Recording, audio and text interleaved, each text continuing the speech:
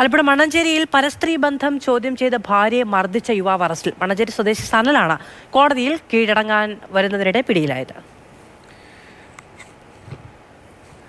രഘുനാഥ് നാരായണൻ വിവരങ്ങളുമായിട്ട്. രഘു, എന്താണ് സംഭവം? എന്നാണ് ഈ മർദ്ദനമൊക്കെ ഉണ്ടായത്? പോലീസ് പറയുന്നത് എന്ത്?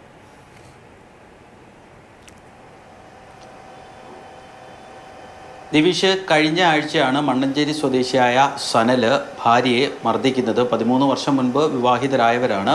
ഇയാൾക്ക് സനലിന് കഴിഞ്ഞ് കുറച്ച് നാളുകളായിട്ട് മറ്റൊരു സ്ത്രീയുമായി ബന്ധമുണ്ടായിരുന്നു. ഇത് നിരന്തരം വീട്ടിൽ കലഹത്തിന് കാരണമായിരുന്നു.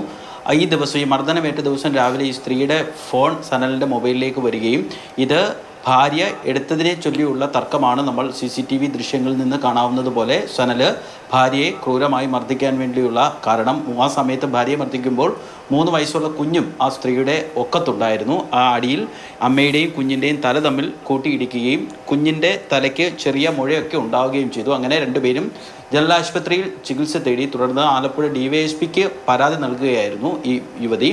ആലപ്പുഴ DYSPക്ക് നൽകിയ പരാതിയിൽ മണ്ണഞ്ചേരി പോലീസ് കേസ് രജിസ്റ്റർ ചെയ്തിരുന്നു. വധശ്രമം ഉൾപ്പെടെയുള്ള വകുപ്പുകളായിരുന്നു സനലിനെതിരെ ചുമത്തിയിട്ടുള്ളത്. സനൽ മുൻപും ക്രിമിനൽ കേസിലടക്കം പ്രതിയായിട്ടുണ്ട്. അങ്ങനെ വധശ്രമം ഉൾപ്പെടെയുള്ള വകുപ്പാണ് ചുമത്തിയത് കൊണ്ട് തന്നെ അറസ്റ്റായാൽ സ്വാഭാവികമായിട്ട് തന്നെ ജാമ്യം കിട്ടാനുള്ള സാധ്യത കുറവാണ്. അതുകൊണ്ടാണ് ഇയാൾ കോടതി വഴി മുൻകൂർ ജാമ്യത്തിനൊക്കെ ശ്രമിച്ചിരുന്നത്. പക്ഷേ നടന്നില്ല. തുടർന്നാണ് കോടതിയിലെത്തി കീഴടങ്ങാനുള്ളൊരു ശ്രമം നടത്തിയത്. ഇതിനു മുൻപ് തന്നെ മണ്ണഞ്ചേരി പോലീസ് ഇയാളെ പിടികൂടുകയായിരുന്നു.